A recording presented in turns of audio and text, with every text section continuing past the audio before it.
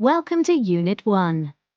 This unit explores various aspects of the human condition, how we grow, learn about, and adjust to the different stages of our lives, how we communicate through sharing our languages, cultures, and common experiences. Listen to people talking about their childhood and relating to other people.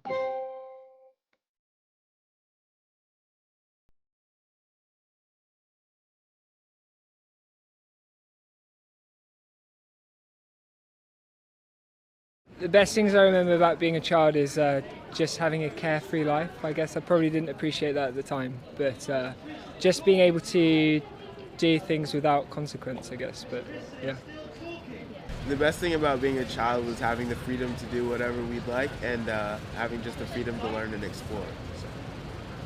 I think the best thing about being a child is not being corrupted by the world, and you're able to imagine and think about whatever you want. It doesn't matter. The best thing about being a child is just the spontaneity with which you engage with your surroundings, the way the smallest of things can be so exciting and mean the world to you. And I don't know, it's just there are not many filters between you and the world, and I quite liked that. I think the best thing was learning to drive and just having your license and being able to go out with your friends and, be out more independent by yourself. Baking with my grandma during the school holidays. We would often stay with my grandparents, and so we used to kind of bake cakes together, and that was quite nice. And walking along the beach, we snuck out, me and my sisters, to walk along the beach at like 4 a.m. because our parents were having a bit of an argument. So we just went out and walked along the coast, and we had this like amazing time together. So it's kind of like, sort of things happening quite spontaneously, really. I think it's what childhood's about for me.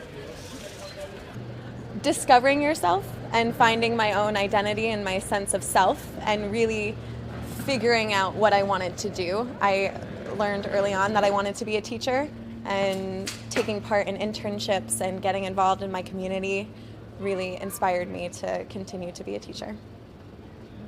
We're actually cousins, so we had like a very funny childhood. We would play all the time. We would make dances. Yeah, play as teachers. Polly Pockets. Princesses. We loved our childhood. Yeah. Spend a lot of time with our childhood. Playing and making things up. Yeah.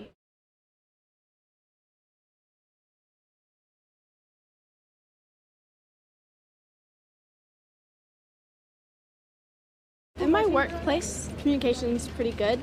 We are in an open environment, so it's easy to either get up and walk to someone's desk, talk to them, or send them an email, quick chat. It's pretty easy, everyone's friendly, and they all really encourage people to communicate with one another.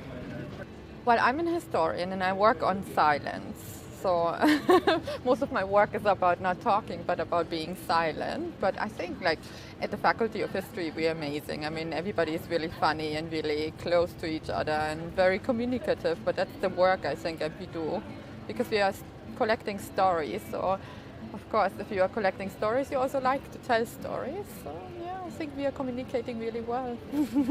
In my working environment, we have people from different countries.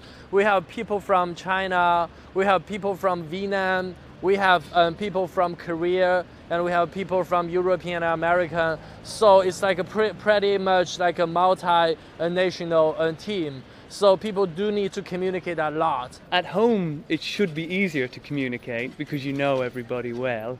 But then again, maybe that's the problem too. You know them too well. So you know what to say to wind them up, and they know what to say to wind you up. Part of my job actually involves delivering feedback to people. So I'd like to think that I'm pretty good at it, but communication tends to be one-sided. For me, communication is about adapting to different levels, to different audiences. And also I have to completely have a different way of communicating with my colleagues. And to learn different registers, administrative registers, academic registers, or just kind of when I have to give my students a bit of a pep talk, I have to speak in a different register there. So I have to combine all of these things. I think in general people communicate quite well with each other, but I think people use email too much when they can just pick up the phone or talk to each other. As you know, internet and no social media takes a lot of direct communication. So when you now go to our home, especially men, always they stick to their phones, chatting or etc. So they are less communicating before the internet and before social media coming for us. Though in Iraq, the relationship, the communication is better than I think what I have seen here. Yeah.